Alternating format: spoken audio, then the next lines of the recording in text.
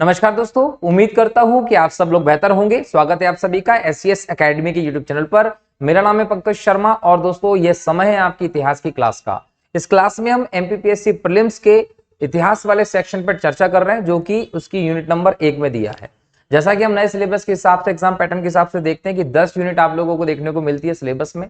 हर unit से आपको 10 प्रश्न एग्जाम में देखने को मिलेंगे। जो पहली यूनिट है वो इतिहास की, और इतिहास की यूनिट को हमने हमारे पढ़ने के तरीके में अलग अलग मॉड्यूल्स में डिवाइड किया है। तो जो पहला मॉड्यूल है हम वो कंप्लीट कर चुके हैं, जिसमें हम लोगों ने प्राचीन भारतीय ज्ञान परंपरा के बारे में बात की, वेद, उपनिषद, पुराण आदि सब चीजों को देखा दोस्तों। तो वो हमारी थी पहली यूनिट का पहला मॉड्यूल। अब से हम सेकंड मॉड्यूल शुरू कर रहे हैं। अगर हम एमपीपीएससी प्रीलिम्स इतिहास वाले सिलेबस के सेकंड मॉड्यूल को देखें तो उसमें आपको प्राचीन कालीन और मध्यकालीन भारतीय इतिहास की प्रमुख विशेषताओं के बारे में बोला गया है। वो समय की सामाजिक, आर्थिक, राजनीतिक जो गतिविधियां रही हैं आर्थिक, उन सभी के बारे में आप लोगों से एग्जाम में क्वेश्चन पूछे जा सकते हैं। तो आज से हम हमारी इस क्लास में मॉड्यूल 2, जिसके अंतर्गत प्राचीन भारतीय और मध्यकालीन भारतीय इतिहास की विशेषताओं को, उनकी व्यवस्थाओं को देखने वाले हैं। और जब हम इस व्यवस्था को देखते हैं दोस्तों, तो प्राचीन काल में जब हम सभ्यता का प्रारंभ की बात करते हैं तो सिंधु घाटी सभ्यता से ही होता है। तो हम यहाँ आज के इस लेक्चर के माध्यम से पहले हम प्राचीन भारतीय इतिहास की विशेषताओं, उसकी शासन व्यवस्थाओं को समझने के संदर्भ में सिंधु घाटी सभ्यता को देखने वाले हैं। सिंधु घाटी सभ्यता विश्व की प्राचीनतम वैज्ञानिक आधार पर स्थापित सभ्यताओं में से, पुरानी सभ्यताओं में से एक सभ्यता है दोस्तों, जिसके सबसे बड़ी बात हम बताएं तो इतने सालों के बाद जब इसे खोद के निकाला गया तो इसके शहर जो थे वो एक अद्भुत, एक अलग प्रकार की साइंटिफिक प्रगति उस समय की और कहीं ना कहीं विकास की अवधारणा को हमारे सामने स्पष्ट करता है। एग्जाम में आपसे यहाँ से कई सारे प्रश्न पूछे जा सकते हैं। ये जो हमारा लेक्चर है सिंधु घाटी सभ्यता पर, ये न सिर्फ प्री के लिए बल्कि एमपीपीएससी, यूपीएससी जैसी मेंस के एग्जाम के लिए भी यूजफुल हो सकता है और विभिन्न एक दिवसीय परीक्षाओं के लिए भी यूजफुल हो सकता है। तो सभी वर्ग के लोग इस लेक्चर को देखें और ना सिर्फ देखें बल्कि इसमें जो चीजें बताई जाती है उनको नोट भी कर लें। सिनॉप्सिस के तौर पर अपना एक बेहतर शॉर्ट नोट तैयार कर लें। एग्जाम के पहले उसको पढ़ने के बाद आपका रिवीजन जल्दी हो जाएगा और आप लोगों के क्वेश्चन एग्जाम में इस वाले सेक्शन से गलत नहीं होने वाले हैं। ठीक है, सिंधु घाटी सभ्यता में जब हम बात करेंगे दोस्तों, तो सबसे पहले हम बात करते हैं कि सिंधु घाटी सभ्यता जो है इसका भौगोलिक विस्तार क्या था, इसका उद्भव क्या है। तो ध्यान रखिएगा, सिंधु घाटी सभ्यता जो है वो भारत के उत्तर पश्चिमी सीमा प्रांत पर, कहां, भारत के उत्तर पश्चिमी सीमा प्रांत पर दोस्तों आप लोगों को दिखाई पड़ती है। ठीक है, तो कहां है, उत्तर पश्चिमी सीमा प्रांत में देखने को मिले। इसका विस्तार हम लोगों को पाकिस्तान में वर्तमान अगर देखें तो, ठीक है, इसके अलावा हम अफगानिस्तान में भी बोल सकते हैं, यहां पर भी मिला है और बहुत बड़ा हिस्सा इसका भारत में भी है। तो भारत, पाकिस्तान और अफगानिस्तान में ये सभ्यता बहुत बड़े क्षेत्र में फैली थी दोस्तों। और इसका उद्भव जो हुआ, ये माना जाता है कि ताम्रपाषाण कालीन पृष्ठभूमि रही हो। ठीक है, यह हम ये बोल सकते हैं कि आद्य ऐतिहासिक कालीन पृष्ठभूमि रही हो। अब इसको हम आद्य ऐतिहासिक कालीन पृष्ठभूमि की बात करें या ताम्रपाषाण कालीन पृष्ठभूमि की बात करें तो पहले हम लोगों को ये चीजें पता होना चाहिए। तो ताम्रपाषाण काल कौन सा काल है इतिहास का, वो दौर जब मनुष्य को तांबा नामक धातु का प्रयोग करना आ गया, तो इसके अलावा पाषाण या पत्थर पर आधारित जीवन व्यतीत करता था। तो ऐसे में उसे ताम्रपाषाण काल कहा दोस्तों। ये अंतिम व्यवस्था रही। इसके पहले हम देखें सिंधु घाटी सभ्यता के पहले तो हम ये दौर देखने को मिला और इस काल को अब आद्य ऐतिहासिक पृष्ठभूमि भी कहते हैं। जनरली जब हम इतिहास को पढ़ते हैं दोस्तों, तो इसको हम 3 कालों में विभाजित करके देखते हैं, ऐतिहासिक आधार पर देखें। तो पहला जो होता है दोस्तों वो होता है, बोल सकते हैं, प्राग ऐतिहासिक काल। अब प्राग ऐतिहासिक काल क्या होता है दोस्तों, ये वो काल है जब मानव को ना तो लिखना पढ़ना कुछ नहीं आता था और हमें इस समय के कोई लिखित एविडेंस नहीं मिलते। ऐसे काल को हम प्राग ऐतिहासिक काल के नाम से जानते हैं, जिसको आज रचा गया है उस समय के मिले हुए औजारों, पत्थरों आदि के आधार पर। ठीक है, दूसरा जो काल होता है दोस्तों वो था आद्य ऐतिहासिक काल।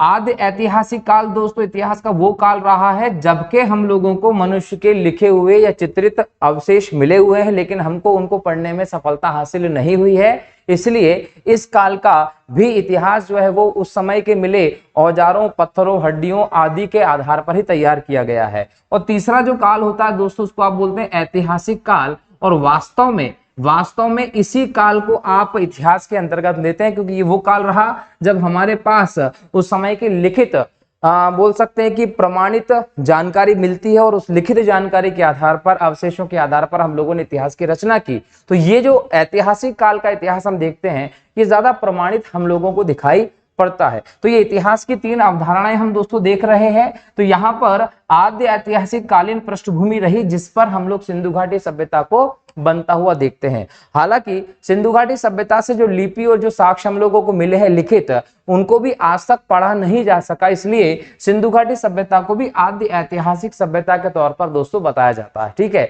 इसके अलावा सिंधु घाटी सभ्यता के बारे में एक और चीज याद रखिएगा कि इसे कांस्य युगीन सभ्यता कहते हैं। कांस्य युगीन सभ्यता क्यों कहते हैं दोस्तों? क्योंकि इस सभ्यता में कांसे का बड़े पैमाने पर प्रयोग हुआ है। ठीक है, तांबा और टिन को मिलाकर सिंधु घाटी सभ्यता के लोग कांसा नामक नई मिश्र धातु बना लिए थे और इसका उन्होंने बड़े पैमाने पर प्रयोग किया, इसीलिए इस सभ्यता को कांस्य युगीन सभ्यता के नाम से दोस्तों जानते थे। ठीक है, तो ये आद्य ऐतिहासिक पृष्ठभूमि पर या ताम्रपाषाण कालीन पृष्ठभूमि पर स्थापित एक विस्तृत सभ्यता, प्राचीनतम सभ्यता हमें दिखाई पड़ती है। क्लियर? और जब हम इस सभ्यता की खोज की बात करते हैं दोस्तों, तो इस संदर्भ में भी आप लोगों को तथ्य याद होना चाहिए। सबसे पहले हम देखें तो लगभग 1824 से 26 का समय दोस्तों याद रखिएगा। ये वो समय था जब एक व्यक्ति थे चार्ल्स मेसन, जिनका नाम हम लोगों को मिलता है। इन्होंने सबसे पहले इस सभ्यता का पता लगाया था। तो एग्जाम में अगर क्वेश्चन पूछता है कि सबसे पहले इस सभ्यता का पता किसने लगाया था, तो चार्ल्स मेसन ने लगाया था। और 1940 के बाद इन्होंने किताब लिखी और इस किताब के माध्यम से इसके बारे में जो भी चीजें थी उनका प्रकाशन किया गया और ये सबके सामने आई थी दोस्तों। उसके बाद ये याद रखिएगा कि ये वो समय था जब अंग्रेजों का भारत पर शासन था। तो अंग्रेजों के इस शासन के दौरान यहाँ पर प्रयास किए गए कि इस क्षेत्र में कोई ऐसी विकासात्मक गतिविधि ना की जाए जिसके चलते इस सभ्यता को कोई नुकसान होता। ठीक है, और उसके बाद लगभग 1861 में हम देखें तो 1861 में बनता है दोस्तों पुरातत्व विभाग। ये पुरातत्व विभाग जो बना दोस्तों, इसके पहले अध्यक्ष जो हम लोगों को देखने को मिलते हैं वो मिलते हैं अलेक्जेंडर कनिंघम। ठीक है, अब अलेक्जेंडर कनिंघम जो मिले दोस्तों, अलेक्जेंडर कनिंघम को भारत में पुरातत्व का जनक कहा जाता है क्योंकि इन्हीं को पहला इसका अध्यक्ष भी बनाया गया था 1861 में। ये वो समय था जब भारत में लॉर्ड कैनिंग को आप वायसराय के तौर पर देखते हैं और कहीं ना कहीं यहां से फिर इस सभ्यता की व्यवस्था दोस्तों स्थापित होती है। इसकी तरफ खोज और बाकी सब चीजों को प्रारंभ कर दिया जाता है। तो ये दिनांक जो मैंने आप लोगों को बताई हैं, वर्ष जो मैंने आप लोगों को बताए, इनको आप लोगों को याद रखना बहुत जरूरी है। एग्जाम में यहां से सीधे सीधे प्रश्न पूछे जा सकते हैं। तो ये तो बात हुई इसके खोज और बाकी सब चीजें की। लेकिन दोस्तों जब हम इसके आगे बात करते हैं तो इसके काल का निर्धारण किया गया। इसका समय कब का था? इसका समय बताया गया कि 2500 से लेके 1750, 2500 से लेके 1750 ईसा पूर्व तक के बीच में इसका समय अवधि बताया गया। अब 2500 से 1750 ईसा पूर्व के समथिंग इसका जो समय अवधि बताया गया, वो किस आधार पर? सबसे नवीनतम तारीख निकालने की जो व्यवस्था है वो है रेडियो कार्बन 14, जिसको आप C14 के नाम से जानते हैं। तो कार्बन डेटिंग या C14 पद्धति के आधार पर सिंधु घाटी सभ्यता का जो बोल सकते हैं कार्यकाल निर्धारण किया गया, वो किया गया 2500 ईसा पूर्व से 1750 ईसा पूर्व के मध्य तक।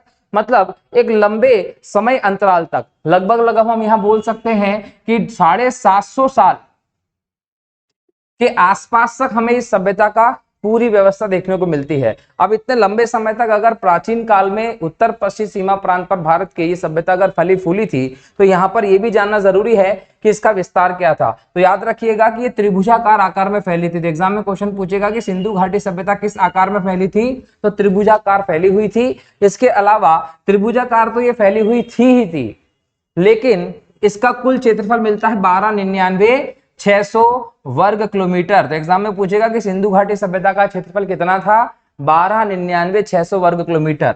अब इसमें देखिए कि जो पूरी इतना क्षेत्रफल वाली ये सभ्यता रही, इसका उत्तर से लेके दक्षिण तक जो विस्तार था वो 1400 किलोमीटर था और पूरब से लेके पश्चिम तक जो विस्तार था वो 1100 किलोमीटर था। तो ये भी आप लोगों को ध्यान रखना है। ठीक है, चलिए, तो ये तो इसका पूरब पश्चिम उत्तर दक्षिण का विस्तार हुआ। अब जो पूरब में देखे तो सबसे पूरब में इसका जो स्थान था उसका नाम था आलमगीरपुर। ये आलमगीरपुर जो है दोस्तों ये यूपी में माना गया और ये बोला जाता है कि मेरठ के आसपास के इलाके में पड़ता है। ये हिंडन नदी के तट पर है, ये भी बोला गया था। तो एग्जाम में आप लोगों से पूछा जा सकता है कि आलमगीरपुर कहाँ, कौन सी नदी के तट पर और क्यों जाना गया? तो ये सिंधु घाटी सभ्यता का सबसे पूर्वी छोर माना जाता था।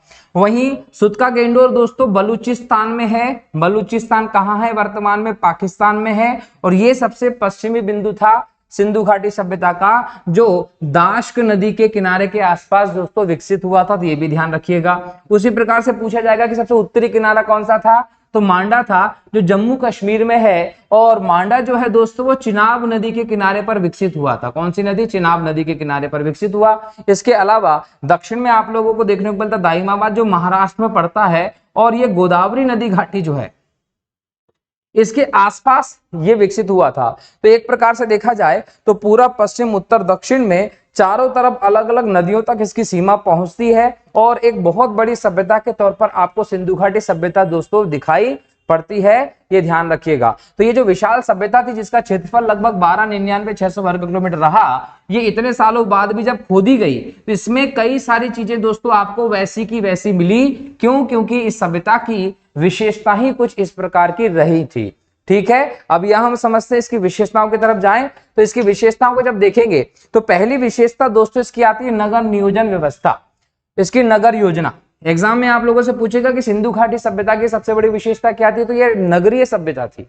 एक नगर नियोजित सभ्यता के तौर पर आप सिंधु घाटी सभ्यता को देखते हैं। क्यों? क्योंकि जब हमने खोदा इसको तो जहां जहां इसके स्थल खोजे गए वहां पर आपको एक विकसित नगरीय व्यवस्था स्थापित होती दिखाई पड़ती है। ठीक है, अब यहाँ पर अगर हम इनके नगरों की विशेषता देखें दोस्तों तो यहाँ पर आपको नगर नियोजन की विशेषता तो देखने को मिलती है, लेकिन इसकी सबसे बड़ी अगर दो चीजों की हम बात करें तो पहली चीज ये थी कि यहाँ पर पर्यावरण के अनुकूल नगर थे। सिंधु घाटी सभ्यता के जो नगर थे वो पर्यावरण अनुकूल बनाए गए थे। और दोस्तों ये भी याद रखिएगा कि आधुनिक व्यवस्था के आधार पर तैयार किए गए नगर थे, जिसमें अच्छी सड़क प्रणाली आपको देखने को मिलती है। और साफ सफाई की दृष्टि से देखें तो प्राचीन काल की सिंधु घाटी सभ्यता के समतुल्य कोई सभ्यता इतनी साफ सफाई वाली सभ्यता नहीं होती थी। तो पर्यावरण अनुकूल नगर बनाए गए थे दोस्तों, बड़े बड़े नगर भी थे और छोटे छोटे नगर भी बनाए गए थे। दूसरी सबसे बड़ी विशेषता थी इसकी पक्की सड़कें। सिंधु घाटी सभ्यता में दोस्तों पक्की सड़कें बनाई गई थी। ये सड़कों की सबसे बड़ी विशेषता अगर हम देखें तो यहाँ पर याद रखिएगा कि जो पक्की सड़कें यहाँ बनाई गई हैं उनका इंपॉर्टेंट ये था कि ये सड़कें जो है वो समकोण पर एक दूसरे को काटती थी। काय पे? समकोण, 90 डिग्री के कोण पर सड़कें एक दूसरे को कट करती थी। ये भी आप लोगों को ध्यान रखना है। जो मकान बनाए गए थे दोस्तों वो ग्रिड पद्धति में, ग्रिड या जाल पद्धति में बनाए गए थे। और ये माना जाता था कि सड़क जो मकान होते थे उनके जो दरवाजे होते थे वो मुख्य सड़कों की ओर ना खुलकर साइड में गली की तरफ खुला करते थे। तो यहाँ पर ये भी ध्यान रखिएगा कि जो सड़कें थी उनके तरफ दरवाजे नहीं होते थे, गली की तरफ दरवाजे खुलते थे।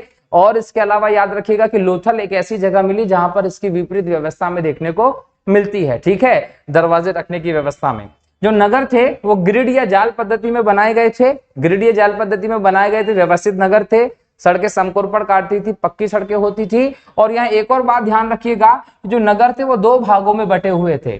कुछ नगर ऐसे थे जो ऊंचे दुर्गों वाले थे और कुछ नगर ऐसे थे जो निचले थे, आवासीय क्षेत्र के तौर पर हम देखते हैं।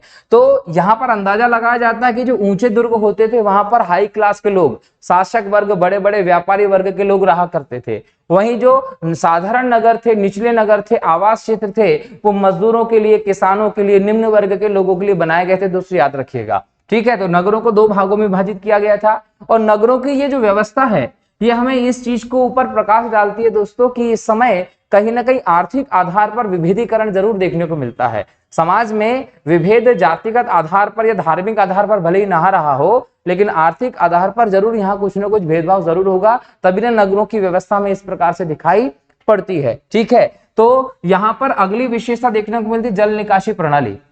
सिंधु घाटी सभ्यता की शानदार व्यवस्था थी जल निकास प्रणाली। इस व्यवस्था ने इसको इतिहास में हम बोल सकते हैं कि अलग स्थान पर भेज दिया है। अब यहाँ पर जल निकास प्रणाली का क्या तात्पर्य है, तो यहाँ पर पक्की सड़कें बनाई गई। इन सड़कों के दोनों तरफ दोस्तों नालियां होती थी। नालियां जो होती थी वो ढकी हुई नालियां होती थी, पक्की नालियां होती थी। घर जो होते थे उन घरों में बाथरूम बने हुए थे, उन बाथरूम को सीधे नालियों से कनेक्ट किया गया था। ये नालियां बाहर, शहर के बाहर, या तो इनका मटेरियल किसी गड्ढे में इकट्ठा किया जाता था या फिर किसी नदी में इनको जोड़ दिया जाता था। तो इस प्रकार से शहर का जो भी अवशिष्ट होता था उसको बाहर निकाला जाता था। दोस्तों इसका मतलब ये है कि सिंधु घाटी सभ्यता में अगर हम देखें तो हर घर में हमें एक आंगन मिलता है, हमें रसोई घर भी देखने को मिलता है। इसके अलावा स्नानागार के सबूत भी मिलते हैं। कई जगहों पर कुओं को भी साक्ष्य मिले कि घर के आंगन में कुआं भी होता था। विशेष तौर पर अगर हम कालीबंगा की बात करें तो इसका एक स्थल है, इसके बारे में आगे बात करेंगे। यहाँ पर आंगन में कुआं भी मिला है। तो ये सारी व्यवस्था थी और हर घर में वॉशरूम भी था। आज हमारे देश में स्वच्छ भारत मुहिम के तहत कई करोड़ टॉयलेट जो है शौचालय बनाए जा रहे हैं स्वच्छता को स्थापित करने के लिए। स्वच्छ मुक्त गांव को स्वच्छ मुक्त शहरों की तरफ बढ़ रहे हैं हम लोग स्वच्छ भारत मिशन के तहत। ये चीजें जो है वो हम इतने समय बाद आजादी के कर रहे हैं, लेकिन ये सब व्यवस्था को लेकर हजारों साल पहले की सभ्यता में बहुत ज्यादा लोगों में कहीं ना कहीं चेतना थी और हर घर में बाथरूम बने होते थे। ऐसा भी नहीं होता था कि जैसे हम आजकल के सड़कों में देखते हैं, शहरों में देखते हैं, कॉलोनी में देखते हैं कि नालियां हैं, नालियां खुली पड़ी है, गंदगी हो रही है, मच्छर हो रहे हैं, लोग बीमार हो रहे हैं। इस प्रकार का सिस्टम नहीं था। सिंधु घाटी सभ्यता में सफाई बहुत ज्यादा थी, नालियां बनी थी और नालियां ढकी हुई थी, समय समय पर उनकी सफाई होती थी और उनका जो अपशिष्ट होता था वो शहर के बाहर इकट्ठा किया जाता था या किसी नदी में बहाया जाता था, याद रखिएगा। तो ये सिस्टम हमें देखने को मिलता है कहां, सिंधु घाटी सभ्यता में, ठीक है। इसके अलावा जो मकान बनाए जाते थे दोस्तों वो पक्की ईंटों से बनाए जाते थे। ईंटों का जो आकार होता था वो 4:2:1 होता था, ठीक है। तो इस आकार में जैसे आज अगर आप ईंट लोगे तो ईंट की एक मोटाई मिलेगी, एक लंबाई मिलेगी, एक चौड़ाई मिलेगी। तो यहाँ पर लंबाई, चौड़ाई, ऊंचाई जो थी वो 4:2:1 के अनुपात में होती थी। मकान पक्की सड़कों के बनाए जाते थे। इसके अलावा एक और चीज याद रखिएगा कि यहाँ के जो नगर थे उनको चारों ओर से किलेबंदी भी की गई थी। जहां पर बड़े बड़े नगरों की बात करते हैं वहां पर धनी वर्ग के लोग रहते थे, व्यापारी वर्ग के लोग रहते थे और इन वर्गों को अपने आर्थिक स्थिति को बहुत ज्यादा मायने रखती थी। तो अपनी सुरक्षा के लिए इन्होंने बड़े नगरों को चारों तरफ से किलेबंदी कर दी ताकि चोरी डकैती आदि से नगर की रक्षा की जाए। तो ये सभी इंपॉर्टेंट व्यवस्थाएं किसकी हैं, सिंधु घाटी सभ्यता के नगरों की हैं। वो पर्यावरण अनुकूल नगर की बात करें, वो सफाई की बात करें, पक्की ईंटों के बने मकानों की बात करें, जल निकासी प्रणाली के लिए नालियों की बात करें, उन नाली के ढके होने की बात करें, ठीक है, कुएं होना, आंगन होना, रसोई घर की बात करें, सब व्यवस्थाएं सिंधु घाटी सभ्यता में दोस्तों हमें विद्यमान मिलती हैं, ठीक है। अब देखिए, या तो यहां से पर्टिकुलर एक एक प्रश्न आपको देखने को मिल जाएगा और अगर मेंस में आएगा तो आपसे पूछा जाएगा सिंधु घाटी सभ्यता की नगर नियोजन व्यवस्था पर प्रकाश डालिए। तो आपको यही सब चीजें उसमें शानदार तरीके से उत्तर में पिरो देना है, ठीक है। ये नगर नियोजन पर बात हुई। सेकंड हम पहुंचते दोस्तों यहाँ के सामाजिक जीवन पे। सिंधु घाटी सभ्यता का जो सामाजिक जीवन है दोस्तों वो भी बहुत प्रेरणादायक है। हमें उस समाज से बहुत कुछ सीखने की आज जरूरत है, खासकर उस समाज में जहां हम बात करते हैं स्त्रियों के प्रति अत्याचार की और उनको महत्व न देने की। जब आज के समय में हम पुरुष प्रधान समाज को देखते हैं, वहीं हम अगर सिंधु घाटी सभ्यता पे जाएं तो वहां के मिले साक्ष्यों से हमें पता चलता है कि महिलाओं की क्या रेपुटेशन वहां देखने को मिलती थी, ठीक है। जब हम इसके सामाजिक जीवन की बात करते हैं दोस्तों तो याद रखिएगा इस पूरी सभ्यता में हमें 4 प्रकार की प्रजातियों के लोग मिलते थे। भूमध्य सागरीय प्रदेश के लोगों के भांति लोग थे, प्रोटो ऑस्ट्रेलाइड लोग थे, अल्पाइन लोग थे और मंगोलाइट। इन 4 प्रजातियों के लोग हमें सिंधु घाटी सभ्यता में देखने को मिले। और यहीं से क्वेश्चन पूछेगा आपसे क्या कि सिंधु घाटी सभ्यता में कौन सी प्रजाति के लोग मिलते थे या नहीं मिलते थे। तो ये चारों प्रजाति के लोग सिंधु घाटी सभ्यता में मौजूद थे। लेकिन फिर पूछेगा आपसे एग्जाम में क्वेश्चन कि सिंधु घाटी सभ्यता में सबसे ज्यादा किस प्रजाति के लोग मौजूद थे, तो आपको बताना है भूमध्य सागरीय प्रदेश के लोग। भूमध्य सागरीय जलवायु में रह सकने वाले लोगों का जो संगठन होता है, शरीर की संरचना होती है, उस प्रकार के लोग हमें यहाँ ज्यादा देखने को मिले हैं। सिंधु घाटी सभ्यता की बात करें दोस्तों तो एक समता मूलक समाज हमें दिखाई पड़ता है। जातिगत भेदभाव यहाँ पर दिखाई नहीं पड़ता, छुआछूत की व्यवस्था में यहाँ दिखाई नहीं पड़ती, गोत्र सिस्टम हो इस प्रकार के व्यवस्था में यहाँ कुछ भी नहीं दिखाई पड़ती। तो इन सभी चीजों से अलग एक समता मूलक समाज हमें देखने को मिलता है, जिसमें यहाँ पर हम लोगों को समानता की व्यवस्था दिखाई पड़ती है, ठीक है। कहाँ? सिंधु घाटी सभ्यता में। और सिंधु घाटी सभ्यता हम जाते हैं तो जो समाज की मूल इकाई थी दोस्तों वो परिवार थी। सबसे छोटी इकाई भी यही थी और मूल इकाई भी परिवार ही थी। परिवार को इस सभ्यता में बहुत ज्यादा इंपॉर्टेंस दिया जाता था। और परिवार का मुखिया जो था, परिवार का जो मुखिया होता था दोस्तों वो पुरुष होता था। मुखिया पुरुष होता था।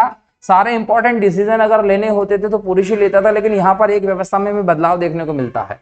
क्या बदलाव देखने को मिलता है कि जब हमने सिंधु घाटी सभ्यता से चीजें खोजी तो जो खोज हुई उसमें हमें स्त्रियों की मूर्तियां बहुत मिली हैं। स्त्रियों की कांसे की और मिट्टी की ये मूर्तियां बहुत मिली हैं। इन मूर्तियों की ज्यादा से ज्यादा संख्या होने का परिणाम ये दिखाई पड़ता है कि इस समाज में महिलाओं को इंपॉर्टेंस दिया जाता था और इसलिए कहा गया है कि ये समाज जो था वो मात्र सत्तात्मक समाज का उदाहरण था दोस्तों। इसके अलावा हम देखें तो समाज में जाति व्यवस्था नहीं थी। ये वो समय था जब वर्ण व्यवस्था भी नहीं आई थी। तो ऐसी स्थिति में समाज में कुछ न कुछ आधार तो रहा होगा विभाजन का। तो समाज में विभाजन के लिए 4 वर्ग हम लोग देखते हैं। एक वर्ग था दोस्तों विद्वानों का वर्ग, जिसको आप पुरोहित बोल सकते हैं। दूसरा वर्ग था योद्धा का वर्ग, तीसरा वर्ग था व्यापारी का, और चौथा वर्ग था श्रमिक का वर्ग। तो पूरा समाज जो था वो वर्ग में विभाजित था। वर्ण व्यवस्था या इस प्रकार का सिस्टम यहाँ हमें देखने को नहीं मिलता है। अगर हम लोगों के जीवन की बात करते हैं दोस्तों, तो लोग सूती वस्त्र भी पहनते थे और ऊनी वस्त्र भी पहनते थे। लोग शाकाहारी भोजन भी करते थे और मांसाहारी भोजन भी करते थे। लोगों के मनोरंजन के साधन में चौपड़ खेल होता था, पासा होता था, पशुओं की लड़ाई होती थी, पशुओं की दौड़ होती थी, कुश्ती होती थी। ये सब इनके मनोरंजन के साधन थे। लेकिन एक बात याद रखिए, सिंधु घाटी के समाज के लोगों की हम बात करें तो ये शांति प्रिय लोग थे। सिंधु घाटी समाज में शांति प्रियता को इंपॉर्टेंस दिया जाता था। लोग युद्ध वुद्ध लड़ाई झगड़े में विश्वास ज्यादा नहीं रखते थे। यहाँ सबूत मिलता है कि ये लोग तलवार जैसी व्यवस्था से परिचित नहीं थे। लेकिन हो सकता है कि तलवार बनाने के लिए उस धातु ही नहीं मिलती हम लोगों को मजबूत।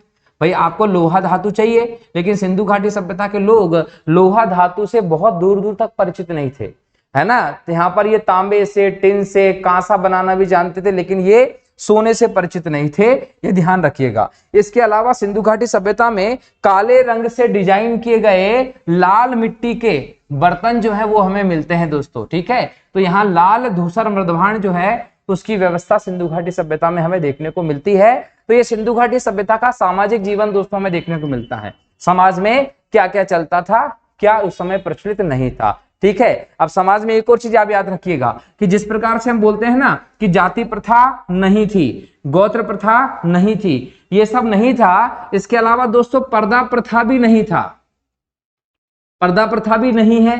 पर्दा प्रथा के अलावा दोस्तों इस समाज में हम लोगों को बाल विवाह जो है उसके सबूत भी यहाँ पर नहीं मिलते। यहाँ पर हम लोगों को सती प्रथा के सबूत भी नहीं मिलते।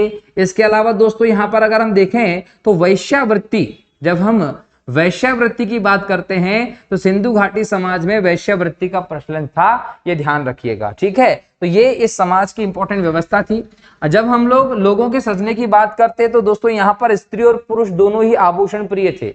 यहाँ पर अलग अलग रूप से कोई मिट्टी के बर्तन, मिट्टी के आभूषण बनाकर पहनते थे, सोना चांदी के आभूषण बनाकर पहनते थे। अब मिट्टी के आभूषण कौन पहनता था दोस्तों? जो श्रमिक वर्ग होता था, जो खेती और आदि चीजों के काम करने के लिए ही बना हुआ था, उससे काम करवाया जाता था इस प्रकार का, ठीक है। ये आप लोगों को ध्यान रखने की जरूरत है सिंधु घाटी सभ्यता के समाज के बारे में। ये समाज समता मूलक समाज दिखाई पड़ता है और मात्र सत्तात्मक समाज के तौर पर आप इसे देखते हैं।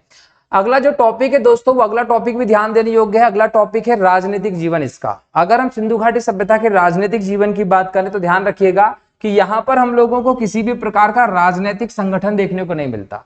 ना ही यहाँ पर राजनीतिक संगठन है और ना ही कोई राजनीतिक भवन है और ना ही यहाँ पर हमें स्थायी सेना देखने को मिलती है। क्यों? क्योंकि यहाँ पर एक कोई निर्धारित टैक्स सिस्टम भी नहीं चलता था और लोग शांतिप्रिय थे। इस समय ना तो दूसरी जगह ऐसी कोई व्यवस्था थी कि इनको लड़ाई वड़ाई करना हो, साम्राज्य विस्तार करना, इस प्रकार की मंशा इनकी नहीं होती थी।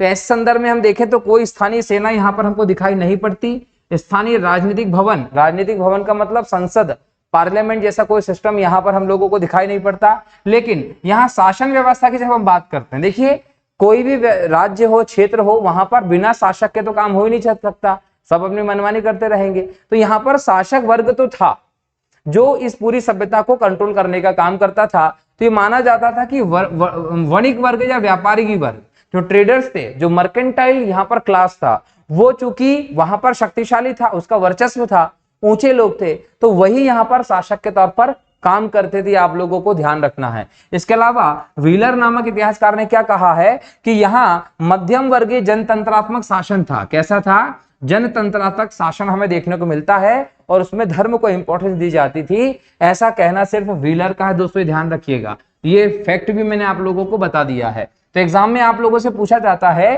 कि सिंधु घाटी सभ्यता की शासन व्यवस्था, तो यहाँ पर हम लोगों को राजनीतिक संगठन दिखाई नहीं पड़ता है, कोई इस प्रकार की व्यवस्था मौजूद नहीं थी। शासन वणिक वर्ग या व्यापारी वर्ग के हाथ में ही था। स्थायी सेना या इस प्रकार का कोई सिस्टम यहाँ मौजूद नहीं था दोस्तों, बराबर, ठीक है। चलिए आगे बढ़ते हैं।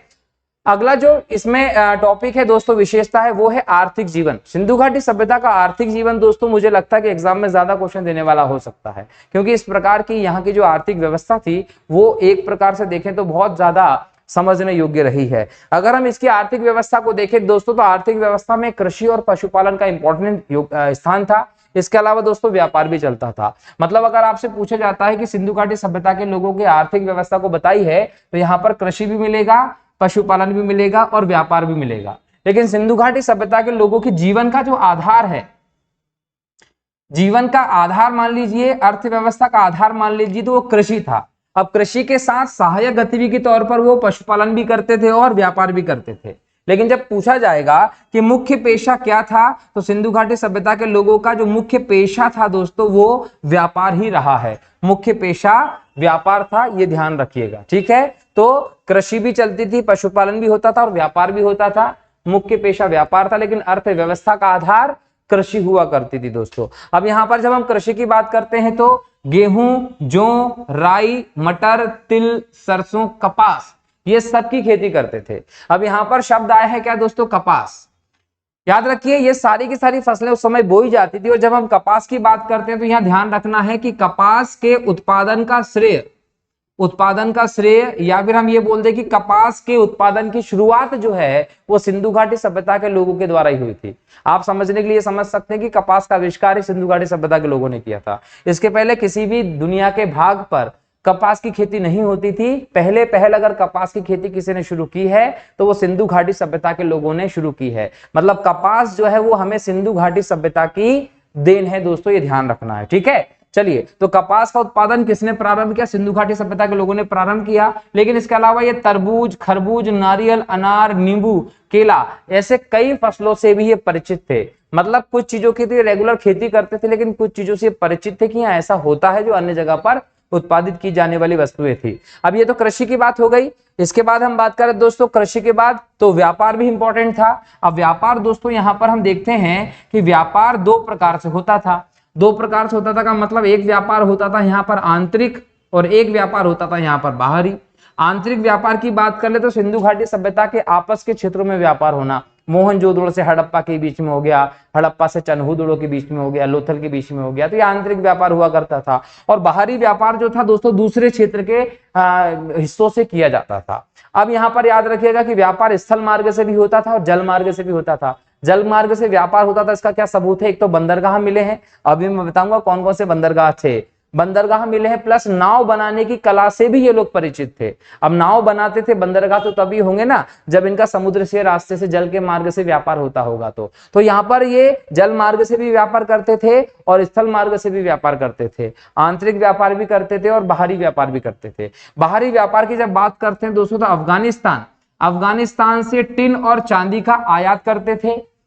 ईरान से ये चांदी, सोना, टिन और शीशे का आयात करते थे। मेसोपोटामिया बोल सकते हैं कि आप मिस्र का जो इलाका है वो मान लीजिए, यहाँ से लाजवर्द मणि बुलाते थे ईरान के क्षेत्र से।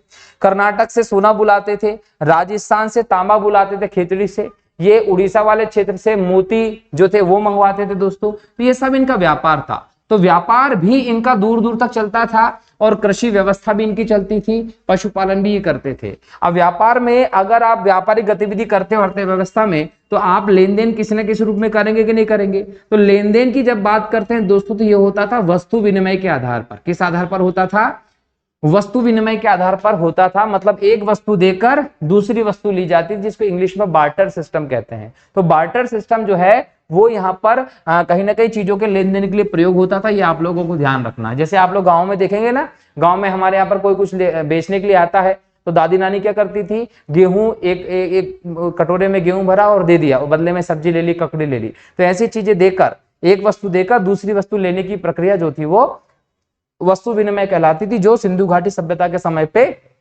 चलता था। इसके बाद हम देखें दोस्तों तो याद रखिएगा कि सिंधु घाटी सभ्यता में ही अगर हम आर्थिक जीवन की बात करें इसमें, तो यहाँ पर हम लोगों को प्रमुख बंदरगाह भी देखने को मिलते हैं। जब हम प्रमुख बंदरगाह की बात करते हैं तो लोथल जो भोगवा नदी के किनारे पर है गुजरात में, रंगपुर भी एक बंदरगाह के तौर पर, सुतकोटड़ा हो, प्रभास, पाटन हो, ये चारों के चारों क्षेत्र हमें बंदरगाह के तौर पर दिखाई पड़ते हैं। लेकिन यहाँ पर जो लोथल है ये सबसे ज्यादा प्रचलित और सबसे ज्यादा प्रसिद्ध लोदी बंदरगाह या पत्तन के तौर पर जाना गया है ना। एग्जाम में आपको इसके लिए शब्द देगा क्या, बंदरगाह दे देगा, लोदी दे देगा या पत्तन दे देगा। तो इस प्रकार के शब्द आ सकते हैं, तो आप लोग ध्यान रखिएगा कि बंदरगाह के लिए तीनों शब्द प्रयोग किए जाएंगे। जब हम यहाँ पर दोस्तों मापक की बात करते हैं, भाई वस्तु विनिमय करोगे ना, एक वस्तु देके दूसरी वस्तु लोगे तो कितनी मात्रा में दोगे और कितनी मात्रा में लोगे, तो उसके लिए मापक की जरूरत थी। जब हम मापक की बात करते हैं दोस्तों तो यहाँ पर दशमलव पद्धति का प्रचलन था। दशमलव पद्धति के प्रचलन के बाद देखें तो माप तोल की इकाई जो होती थी उसके लिए आप काय का प्रयोग करते थे, बांट का प्रयोग करते थे। जो बांट होते थे वो 16 के गुणक होते थे, जैसे 16, 32, 64 इस प्रकार से, इस अनुपात में इनके बांट होते थे।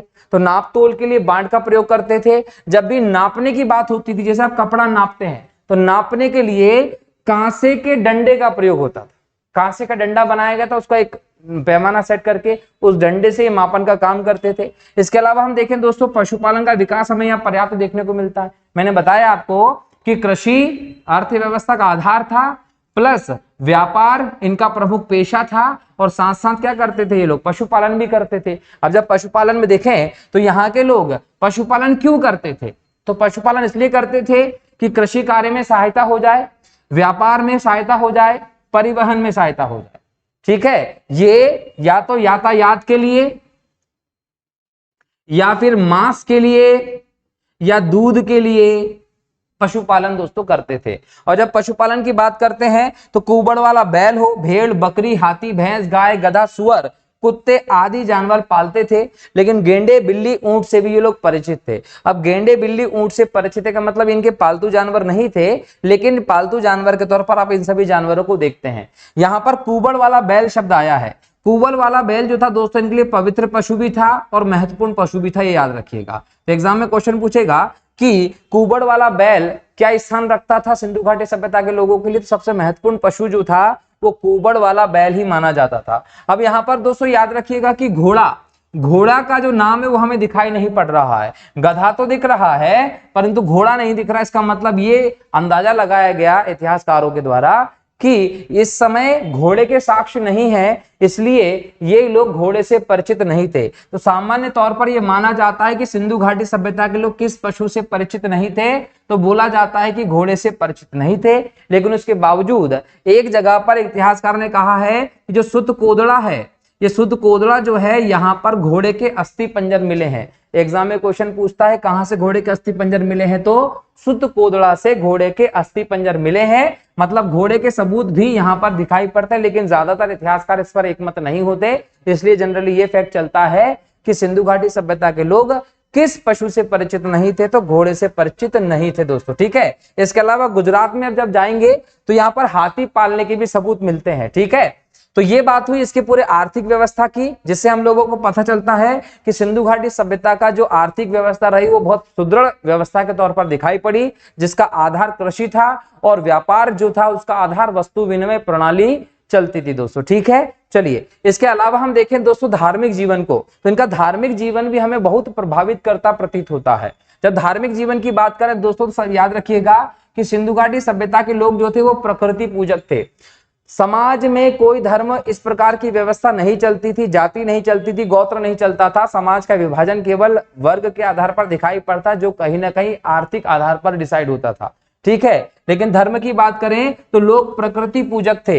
लोग पशुओं की पूजा करते थे, नदियों की पूजा करते थे, वृक्षों की पूजा करते थे, पर्वतों की पूजा करते थे। और यहाँ पर जब हम पूछते हैं कि पूजा किस हिसाब से करते थे, तो बोला जाता है कि मानव रूप में, वृक्ष के रूप में और पशु के रूप में ईश्वर की पूजा की जाती थी। यही लौकिक बात की बात करते थे दोस्तों, परलौकिक बात की बात नहीं करते थे। ठीक है, चनहूदड़ों की जब हम बात करें, चनहूदड़ों सिंधु घाटी सभ्यता का एक इंपॉर्टेंट स्थान रहा है। और चनहूदड़ों जो इंपॉर्टेंट स्थान रहा है दोस्तों, यहां से हमें कुछ मुहर मिली है। ये जो मुहर मिली है उन पर बलि प्रथा के दृश्य देखने को मिले, जिससे पता चलता है कि सिंधु घाटी सभ्यता में बलि जो है वो चलती थी। ठीक है, इसके ज्यादातर चीजें क्लियर नहीं है, लेकिन अभी केवल एक अनुमान लगाया गया कि शायद चलती थी बलि। इसके अलावा यहाँ पर मातृ देवी की, पृथ्वी को उर्वरता की देवी मानकर उसकी मूर्ति बनाई जाती थी और उसकी पूजा की जाती थी, तो मातृ देवी की पूजा की जाती थी। यहाँ पर पशुपतिनाथ, पशुपतिनाथ मतलब कि रुद्र भगवान महादेव की पूजा की जाती थी। सिंधु घाटी सभ्यता से हमें लिंग पूजा के पहले साक्ष्य मिलते हैं दोस्तों, याद रखिएगा। लिंग पूजा के पहले साक्ष्य भगवान महादेव के, शिव शक्ति के पहले साक्ष्य कहां से मिलते हैं, सिंधु घाटी सभ्यता से ही मिलते हैं। क्लियर, और भगवान पशुपतिनाथ की पूजा की जाती थी। ये माना जाता है कि सिंधु घाटी सभ्यता से एक मुहर मिलती है। याद रखिएगा, आर्थिक व्यवस्था में मुहर जो होती है, जिसको आप आज किस नाम से जानते हैं, सील कहते हैं, इसका बहुत इंपॉर्टेंस था। जो मुहर होती थी वो सेल खेड़ी की मिट्टी से बनाई जाती थी, जिसको आप जिप्सम भी कह सकते हैं। ये जो मुहर होती थी दोस्तों, इनमें मुहरों में कभी मोर का, पक्षी का, कुत्ते का, बिल्ली का ऐसा मुहर का निशान बना दिया जाता था। इसमें एक मुहर मिली है जिसमें एक व्यक्ति को दर्शाया गया है जो योगी की मुद्रा में बैठा हुआ था, जिसपे एक सर पे एक सिंह बताया गया है और आसपास कुबड़ वाला बैल और ऐसे जानवर बताए गए हैं। जब उसको देखा गया तो वो योगी की मुद्रा में बैठा व्यक्ति, जो उसको कहा गया कि ये भगवान महादेव हैं और पशुपति उसको कहा गया। इसलिए हम कहते हैं कि लिंग पूजा हो, भगवान महादेव की पूजा के साक्ष्य मिलते हैं, क्योंकि वहां की मुहर पे इसका फोटो भी मिला है। इसके अलावा अग्नि पूजा के सबूत मिलते हैं। स्वास्तिक का निशान सिंधु घाटी सभ्यता की देन है दोस्तों। जिस प्रकार से कपास सिंधु घाटी सभ्यता की देन है, उसी प्रकार से स्वास्तिक सिंधु घाटी सभ्यता की देन है, जो सूर्य पूजा का प्रतीक के तौर पर हमें दिखाई पड़ता है। बराबर। यहां पर याद रखिएगा कि जो स्नानागार है, स्नानागार जो हम लोगों को कहां से मिला है दोस्तों, मोहनजोदड़ो से मिला है। अब ये मोहनजोदड़ो का जो स्नानागार मिला है, ये पूरी सिंधु सभ्यता का हम देखें तो सबसे महत्वपूर्ण स्थल है, सबसे महत्वपूर्ण और बड़ा सार्वजनिक स्थल। बड़ा सार्वजनिक स्थल अगर कोई मिलता है तो वो मोहनजोदड़ो का बड़ा स्नानागार मिलता है दोस्तों। ये स्नानागार जो है, इसका धार्मिक स्थल के तौर पर भी प्रयोग किया गया। ये माना जाता है कि जो स्नानागार मिला है, उस स्नानागार के चारों तरफ हवन कुंड मिले हैं। ये हवन कुंड में जब चीजें तलाशी गई तो वैज्ञानिकों को यहाँ पर जौ के, तिली के साक्ष्य मिले हैं, जिसके आधार पर ये कहा गया कि लोग आते थे, इस सार्वजनिक स्थान स्नानागार में नहाते थे और यहाँ पर हवन कुंड में पूजा अर्चना करते थे। तो धार्मिक जगह के तौर पर आपको वृहद स्नानागार मिलता है। इसके अलावा यहाँ पर कोई भी मंदिर के सबूत नहीं मिलते, याद रखिएगा। सिंधु घाटी सभ्यता से मंदिर के सबूत नहीं मिले। धार्मिक स्थान के तौर पर आप मोहनजोदड़ो के स्नानागार का नाम बताते हैं। इसके अलावा ये ध्यान रखिएगा कि ये पुनर्जन्म में आस्था रखते थे और धार्मिक व्यवस्था के तहत यहाँ पर जब हम अंत्येष्टि की बात करते तो 3 प्रकार की व्यवस्था चलती थी। पूर्ण शवादान भी चलता था, आंशिक शवादान भी चलता था और युगल शवादान भी यहाँ देखने को मिलता था। यहाँ अगर हम देखें मृत्यु की बात की अवस्था में, सामाजिक व्यवस्था में, धार्मिक व्यवस्था में, तो हड़प्पा में दफनाने की प्रक्रिया चलती थी, मोहनजोदड़ो में जलाने की प्रथा चलती थी और लोथल और कालीबंगा से सबूत मिलते कि यहाँ पर युग्म शवादान जो है वो भी प्रचलित था दोस्तों। ठीक है। मूर्ति पूजा का आरंभ कहीं ना कहीं से दिखाई पड़ता तो सिंधु घाटी सभ्यता से मिलता है, क्योंकि हमें ये सबूत यहाँ पर मिलते हैं। इसके अलावा यहाँ पर एक मूर्ति मिली है जिसमें जो बोल सकते हैं कि एक स्त्री के गर्भ से पौधा निकल रहा है, जिसका अनुमान लगाया गया है कि ये उर्वरता की देवी, मातृ देवी थी, पृथ्वी देवी की ये मूर्ति थी जिसकी लोग पूजा करते थे। ठीक है। तो उर्वरता की देवी के तौर पर लोग मातृ देवी की या पृथ्वी की पूजा करते थे सिंधु घाटी सभ्यता के दौर में। लेकिन यहाँ हम लोगों को कुछ ताबीज मिले हैं। उन ताबीजों के आधार पर यह अंदाजा लगाया गया कि लोग भूत प्रेत में भी विश्वास करते थे और तंत्र मंत्र विद्या में भी कहीं ना कहीं विश्वास करते थे। तो ये पूरा का पूरा सिस्टम जो है वो सिंधु घाटी सभ्यता की धार्मिक व्यवस्था का प्रतीक है दोस्तों, ये ध्यान रखेंगे। अगला टॉपिक है आपका इसमें हड़प्पा सभ्यता या सिंधु सभ्यता के पतन के कारण। जब हम सिंधु सभ्यता के पतन का कारण बोलते हैं दोस्तों, तो इसके कई सारे ऐसे कारण रहे हैं। हमारे दिमाग में एक बात आती है ऐसी कि आखिर क्या ऐसी बातें रही, या क्या हुआ कि इतनी विशाल सभ्यता जो उस समय पर चलती थी, उस सभ्यता का अचानक से पतन हो गया, ये सभ्यता खत्म हो गई और इसके बाद हमें आज इस रूप में ये प्राप्त हुई है। तो इसके पतन के कारणों को लेकर अलग अलग इतिहासकार ने, विद्वान ने अपने अलग अलग मत दिए हैं और उनका जो मत निकला है दोस्तों, उसमें आप ये बोल सकते हैं कि हड़प्पा सभ्यता का पतन एकदम से नहीं हुआ, एक क्रमिक रूप से धीरे धीरे एक व्यवस्था रही और उसके आधार पर फिर कई विद्वानों ने इसको लेकर मत दिए। जैसे गार्डन चाइल्ड एवं व्हीलर ने कहा कि बाह्य आक्रमण या आर्यों के आक्रमण से इस सभ्यता का अंत हुआ है। तो एग्जाम में आपसे क्वेश्चन पूछेगा कि कौन सा विद्वान था जिसका कहना था कि आर्यों के आक्रमण के बाद सिंधु घाटी सभ्यता का अंत हुआ था, तो वो थे गार्डन चाइल्ड एवं व्हीलर। इसके बाद जॉन मार्शल का आता है दोस्तों। जॉन मार्शल और अर्नेस्ट मेके ने कहा कि बाढ़ आने से सिंधु घाटी सभ्यता का अंत हो गया था। तो दोस्तों ये जो कारण है जॉन मार्शल और अर्नेस्ट मेके का कि बाढ़ के आने से सभ्यता खत्म हुई, ये सबसे मान्य कारण माना जाता है सिंधु घाटी सभ्यता के अंत के पीछे दोस्तों। इसके बाद देखिए एस.आर. राव, ऑरल स्ट्रीम और अमलानंद घोष ने कहा कि जलवायु परिवर्तन से सभ्यता का अंत हुआ है। तो जलवायु परिवर्तन से सभ्यता का अंत होने की जब हम बात करते हैं, ध्यान देने की बात यह है कि जलवायु परिवर्तन हुआ, नदियों के मार्ग बदल गए, सूखा पड़ने लगा, अकाल की स्थिति आ गई, खाने की कमी पड़ गई और लोग भूख से मर गए थे। अब भूख से मर गए थे, इस बात का प्रमाण कैसे? तो बोले जो यहाँ से हड्डियों के ढेर मिले हैं, जो यहाँ से कंकाल मिले हैं, उन कंकालों का जो मुख है वो खुला के खुला रह गया। मतलब लोग क्या है, भूख से मर गए थे इस सभ्यता के सभी। M.R. साहनी ने कहा कि भूतात्विक या परिवर्तन हुए, जल प्लावन की स्थिति हुई जिसकी वजह से ये सभ्यता खत्म हो गई। जॉन मार्शल ने कहा दोस्तों एक और जगह की प्रशासनिक शिथिलता जो है वो आई जिसकी वजह से सभ्यता खत्म हो गई थी। इसी के साथ साथ Q.R. केनेडी ने कहा कि प्राकृतिक आपदा मलेरिया जैसी महामारी फैली जिसकी वजह से ये सभ्यता खत्म हो गई थी। तो इस प्रकार से अलग अलग विद्वानों ने अपने शोध, अपने बोल सकते अध्ययन के आधार पर इस सभ्यता के पतन के अलग अलग कारण बताए। लेकिन यहाँ ये समझना होगा कि इतनी विशाल सभ्यता जो है वो ऐसे कारणों से खत्म हुई और पूरी तरीके से खत्म हो गई, इसको लेकर अभी ज्यादा क्लेरिफिकेशन नहीं आया है। ये अभी भी एक शोध का विषय है, इस पर और ज्यादा रिसर्च करने की जरूरत है कि आखिर कौन से और कारण रहे जिनके चलते सभ्यता खत्म हुई, या फिर इन सभी कारणों को सम्मिलित रूप से देखने की जरूरत है इस सभ्यता के अंत के पीछे। तो ये कहीं ना कहीं शोध का या रिसर्च का विषय है दोस्तों, ये ध्यान रखिएगा। तो ये हमने सिंधु घाटी सभ्यता के पतन की व्यवस्था को देखा कि किस प्रकार से सिंधु घाटी सभ्यता का पतन हो गया था। इसके बाद दोस्तों हम देखते हैं कि सिंधु सभ्यता की हमको देन क्या है। ये जो प्राचीनतम सभ्यता के तौर पर सुदृढ़, व्यवस्थित, मजबूत सभ्यता के तौर पर नगर नियोजन की अवधारणा पर आधारित सभ्यता थी, इतनी ज्यादा डेवलप सभ्यता थी जिसमें साइंटिफिक प्रोसेस हम लोगों को देखने को मिलती है, एक प्रोग्रेस यहाँ हुई थी। कैसी? एक तो मिश्र धातु बनाने का ज्ञान हो। देखिए मिश्र धातु बनाने का ज्ञान सिंधु घाटी सभ्यता से तो है कि जिस प्रकार से इन्होंने तांबा और टिन को मिलाकर कांसा नामक धातु बना दी। ये लोग कुम्हार के चौक से ये लोग परिचित थे, इसका मतलब इन लोगों को ये आता था। इसके अलावा यहाँ पर सूती वस्त्र मिले हैं, ऊनी वस्त्र मिले हैं, मतलब ये कपड़ा बुनने की कला से भी परिचित थे। मिश्रित धातु बनाना हो, बर्तन बनाने की व्यवस्था हो, कपड़े बुनने की परंपरा हो, इन सब चीजों के साथ साथ ये अलग अलग प्रकार के आभूषण बनाना जानते थे। मतलब धातु को गर्म करने से गल सकती है धातु, फिर उसको कोई भी एक नया रूप दिया जा सकता है, ये ज्ञान इनको था। मोम पद्धति के आधार पर मूर्ति बनाने की तकनीक थी इनके पास। क्यों? क्योंकि नर्तकी की मूर्ति मिली है जो मोम पद्धति से बनाई गई है, जो मोहनजोदड़ो से मिली है दोस्तों। तो ये कहीं ना कहीं इनकी साइंटिफिक प्रगति को भी बताता है। ठीक है, इसके अलावा बहुदेववाद का प्रचलन था सिंधु सभ्यता में, ये इसकी देन है। जल का धार्मिक महत्व जो है वो सिंधु घाटी सभ्यता से मिलता है। स्वास्तिक का निशान हो, चक्र हो, ताबीज हो, तंत्र मंत्र का प्रयोग हो, ये सभी हमें सिंधु घाटी सभ्यता से मिलते हैं पहली बार। बहुफसली कृषि व्यवस्था सिंधु घाटी सभ्यता की देन है। अग्नि पूजा या यज्ञ जो है वो सिंधु घाटी सभ्यता की देन है, क्योंकि हमने कहा कि जो विशाल स्नानागार मिला है मोहनजोदड़ो से, उस वृहद स्नानागार के चारों तरफ हवन के कुंड मिले हैं जिसमें हम लोगों को जौ, तिल आदि के साक्ष्य मिले हैं, जिससे हम कह सकते हैं कि अग्नि कुंड थे, पूजा करते थे, जिसमें अग्नि का महत्व हुआ करता था। मोहरों का उपयोग, सील का यहाँ पर उपयोग हुआ है, मैंने बताया आपको। इक्का गाड़ी या बैलगाड़ी का प्रयोग यहाँ से हम लोगों को शुरू होता है। आंतरिक और बाह्य व्यापार करने की प्रवृत्ति सिंधु घाटी सभ्यता की देन है। सिंधु सभ्यता की और प्रमुख देन है दोस्तों नगरीय जीवन।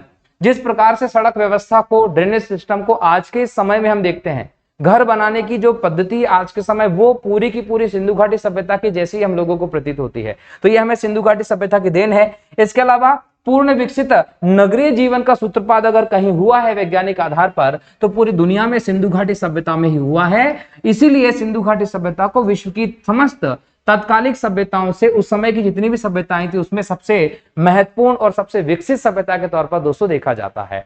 अब यहाँ पर हम लोग सभ्यता के बारे में सब इंपॉर्टेंट चीजों को देख चुके हैं कि इसकी सामाजिक व्यवस्था क्या थी, आर्थिक व्यवस्था क्या थी, धार्मिक व्यवस्था क्या थी, राजनीतिक व्यवस्था क्या थी, सभ्यता का पतन कैसे हुआ, कैसे इसे खोजा गया। अब हम बात करते हैं सभ्यता के महत्वपूर्ण स्थलों की। क्यों? क्योंकि बिना इन महत्वपूर्ण स्थलों को देखे ये टॉपिक पूरा नहीं हो सकता। एग्जाम में यहां से आप लोगों से क्वेश्चन पूछ सकता है कि कौन सा स्थल कौन सी नदी के किनारे पर है, वर्तमान में कहाँ है और कब खोजा गया था, किसके द्वारा खोजा गया था, तो वो भी हम देख लेते हैं। जनरली ये माना जाता है कि 1500 से ज्यादा स्थान मिले हैं सिंधु घाटी सभ्यता के अब तक। इनमें से 7 या 8 स्थान बहुत ज्यादा इंपॉर्टेंट है, जिसके बारे में मैं चर्चा करूंगा, उसको पूरा नोट कर लीजिएगा। क्यों? क्योंकि एग्जाम में वहां से क्वेश्चन आता है दोस्तों। पहला स्थान है हड़प्पा। दोस्तों हड़प्पा सिंधु घाटी सभ्यता का सबसे पहला स्थान रहा, जिसकी खोज 1921 में रावी नदी के किनारे पर पाकिस्तान के पंजाब प्रांत के मोंटगोमरी जिले में की गई। और इसकी जो खोज है दोस्तों वो की गई थी दयाराम साहनी के द्वारा। किसने खोजा इसको? दयाराम साहनी ने खोजा था। कब? 1921 में। जॉन मार्शल उस समय पुरातत्व विभाग के अध्यक्ष थे, उनके नेतृत्व में खुदाई का काम हुआ और 1921 में जो सिंधु घाटी सभ्यता का पहला स्थल खोजा गया वो हड़प्पा था। इसलिए स्मिथ की द्विनाम पद्धति को जब आधार बनाते हैं तो कहा जाता है कि सिंधु घाटी सभ्यता से ज्यादा इसको हड़प्पा सभ्यता कहना चाहिए। क्यों? क्योंकि हड़प्पा सभ्यता इसलिए कहा जाना चाहिए कि पहला नाम स्थान जो खोजा गया था वो हड़प्पा ही था। दूसरी बात यह कि सिंधु घाटी सभ्यता कहने से इसलिए बचना चाहिए, क्यों? क्योंकि ये सिंधु घाटी सभ्यता इसलिए कही गई थी कि वहां पर इसके स्थान मिले थे, लेकिन वर्तमान में इसके स्थान दूर दराज के क्षेत्रों तक दूसरे राज्यों में भी मिले हैं जो सिंधु घाटी के अंतर्गत नहीं आते। इसका मतलब इसको सिंधु घाटी सभ्यता से ज्यादा हड़प्पा सभ्यता कहना चाहिए। तो जो इसका दूसरा नाम हड़प्पा सभ्यता पड़ता है वो भी इस स्थान के नाम पर पड़ता है, जिसकी खोज 1921 में की गई थी। कहाँ है ये? पाकिस्तान के मोंटगोमरी जिले में। स्टुअर्ट पिगट ने कहा है कि ये अर्ध औद्योगिक नगर था। स्टुअर्ट पिगट का कथन है कि हड़प्पा और मोहनजोदड़ो जो है वो एक दूसरे की जुड़वा राजधानी है बड़े साम्राज्य की। तो बड़े साम्राज्य की जुड़वा राजधानी मोहनजोदड़ो हड़प्पा को किसने कहा? ये क्वेश्चन आया एग्जाम में, स्टुअर्ट पिगट ने। इसके अलावा याद रखिएगा कि सुरक्षा की दृष्टि से हड़प्पा का जो पश्चिमी भाग था वहां पर बहुत बड़ी दीवार बनाई गई थी, उसका दुर्गीकरण किया गया था ताकि सुरक्षित स्थिति वहां पर स्थापित हो सके, क्योंकि ये बहुत बड़ा नगर था, दुर्ग इसकी विशेषता थी, अमीर लोग यहाँ पर रहते थे। अगला है दोस्तों मोहनजोदड़ो। मोहनजोदड़ो जो है दोस्तों इसका सिंधी भाषा में अर्थ होता है मृतकों का टीला। हड़प्पा सभ्यता का जो इतिहास लेखन किया गया उसकी तारीखों का जो निर्धारण किया C14 के आधार पर, उसमें जिस चीजों का प्रयोग किया दोस्तों वो मानव के कंकाल का प्रयोग किया गया है। और मानव के कंकाल सबसे ज्यादा कहां से मिले? मोहनजोदड़ो से मिले हैं, और इसका नाम ही पड़ा है सिंधी भाषा में मृतकों का टीला। राखालदास बनर्जी ने 1922 में इसकी खोज की थी। सिंध पाकिस्तान के लरकाना जिले में ये है, सिंधु नदी के तट पर है। यहाँ की शासन व्यवस्था में आपको जनतंत्रात्मक व्यवस्था देखने को मिलती है। एग्जाम में क्वेश्चन पूछेगा कि सिंधु घाटी सभ्यता में कौन सा स्थान था जहां पर आपको जनतंत्रात्मक व्यवस्था देखने को मिलती है, जनता की व्यवस्था देखने को मिलती है, तो मोहनजोदड़ो में देखने को मिलती है। मोहनजोदड़ो से आपको विशाल स्नानागार मिला, जिसके बारे में आपको बता चुका हूं। इसके अलावा मोहनजोदड़ो से मोम तकनीक पर बनाई गई नर्तकी की मूर्ति भी मिली। जब दोस्तों हम अंतरराष्ट्रीय स्तर पर भारत का जो पर्यटन के लिए यह हम बोल सकते हैं कि म्यूजियम हाल ही में स्थापित किया गया, जिसमें भारत के 5000 वर्षों के इतिहास को दर्शाया जाएगा, उसकी जो बोल सकते हैं कि वेलकम गेट होता है, वहां पर इसी नर्तकी की मूर्ति रखी गई थी दोस्तों। तो कहीं ना कहीं ये करंट अफेयर से भी संबंधित एग्जाम में पूछा जा सकता है। ठीक है, अगला है चनहुदड़ो। पाकिस्तान के सिंध प्रांत में 1934 में इसकी खोज की गई थी। गोपाल मजूमदार ने इसको खोजा था, ध्यान रखिएगा। एकमात्र पूरा स्थल है दोस्तों, यहाँ से वक्राकार ईंटें मिली हैं। एकमात्र ऐसा स्थल मिला जहां पर कोई दुर्ग नहीं था। औद्योगिक केंद्र के तौर पर दिखाई पड़ता है चनहुदड़ो। यहाँ पर मन के बनाने के कारखाने हो, भार या माप की इकाइयां हो, मुहर बनाने की व्यवस्था हो, सब कहाँ मिला आपको? चनहुदड़ो पे मिला। तो ये एक औद्योगिक नगर था। और ये भी याद रखिएगा कि चनहुदड़ो से लिपस्टिक के साक्ष्य भी मिले, जिसके आधार पर पता चलता है कि सिंधु घाटी सभ्यता की महिलाएं जो थी वो सजने संवरने की शौकीन थी। इसके अलावा अगला है दोस्तों लोथल। लोथल गुजरात के अहमदाबाद जिले में भोगवा नदी के तट पर था। 1955 में रंगनाथ राव ने इसकी खोज की थी। ये सिंधु घाटी सभ्यता का सबसे महत्वपूर्ण बंदरगाह था दोस्तों, ये याद रखिएगा, जहां से हम लोगों को धान की भूसी मतलब धान के सबूत मिलते हैं दोस्तों। ठीक है, अगला था इंपॉर्टेंट नगर राखीगढ़। राखीगढ़ की जब बात करते हैं दोस्तों तो ये हरियाणा के हिसार जिले में है। 2012 में ग्लोबल हेरिटेज फंड ने इसे एशिया के 10 ऐसे विरासत स्थलों में शामिल किया था जहां जीवन नष्ट होने का खतरा है दोस्तों, ये भी ध्यान रखिएगा। अगला है दोस्तों इसमें कालीबंगा। कालीबंगा एक बहुत इंपॉर्टेंट शहर रहा है सिंधु घाटी सभ्यता का। कालीबंगा शब्द का अर्थ है दोस्तों काले रंग की चूड़ियां। ये एकमात्र ऐसा स्थान है दोस्तों जो राजस्थान के गंगानगर में मिला है, घाघरा नदी के तट पर है। और 1951 में अमलानंद घोष के द्वारा इसकी खोज की गई थी। ये याद रखिएगा कि एकमात्र ऐसा स्थान है जहां हर घर के आंगन में कुएं मिले हैं। यहां पर आपको जुते हुए खेत के सबूत मिले हैं और भवनों का निर्माण कच्ची ईंटों से हुआ। ये फैक्ट याद रखने योग्य है। अगला है टॉपिक बनावली। हरियाणा के फतेहाबाद जिले में मिला। 1973 में RS बिस्ट ने इसकी खोज की थी। कालीबंगा की तरह की स्थापना हम लोगों को यहाँ दिखाई पड़ती है। जल निकास प्रणाली यहाँ पर नहीं दिखती दोस्तों। मिट्टी का बना हल कहाँ से मिला है? तो बनावली से मिला है। और जौ की सबसे ज्यादा मात्रा हम लोगों को बनावली से मिलती है। अगला है धौलावीरा। गुजरात के कच्छ में 1967 में खोजा गया था। JP जोशी ने खोजा है। जल संरक्षण की तकनीक से परिचित थे धौलावीरा के लोग, ये भी ध्यान रखिएगा। और एक क्वेश्चन पूछता है कि कौन सा नगर 3 भागों में बटा था? तो धौलावीरा था, जिसमें दुर्ग भाग, मध्यम नगर और निचला नगर था। एकमात्र खेल का स्टेडियम जो है वो धोलावीरा से मिलता है दोस्तों, ये भी ध्यान रखेंगे। ठीक है, तो ये सभी इंपॉर्टेंट शहर थे सिंधु घाटी सभ्यता के, ये भी आप लोगों को ध्यान रखना है। ठीक है दोस्तों, तो यहां से हम लोगों का भारतीय इतिहास एमपीपीएससी प्रीलिम्स यूनिट 1 के मॉड्यूल 2, जिसमें हमें प्राचीन भारत और मध्यकालीन भारतीय इतिहास की विशेषताओं को, आर्थिक सामाजिक राजनीतिक विशेषताओं को पढ़ना है, उसका पहला टॉपिक खत्म हुआ, सिंधु घाटी सभ्यता। इसके हम लोगों ने हर एक क्षेत्र को देखा है। पूरे लेक्चर को देखिए और इसमें जो जो चीजें बताई गई उनको सिनॉप्सिस के तौर पर नोट कर लीजिए। ठीक है, अगले लेक्चर में फिर मिलता हूं आप लोगों के साथ, तब तक के लिए बहुत बहुत शुक्रिया दोस्तों। जय हिंद, जय भारत, वंदे मातरम। और हाँ, इस लेक्चर को अपने दोस्तों से शेयर करना मत भूलिएगा। जय श्री राम।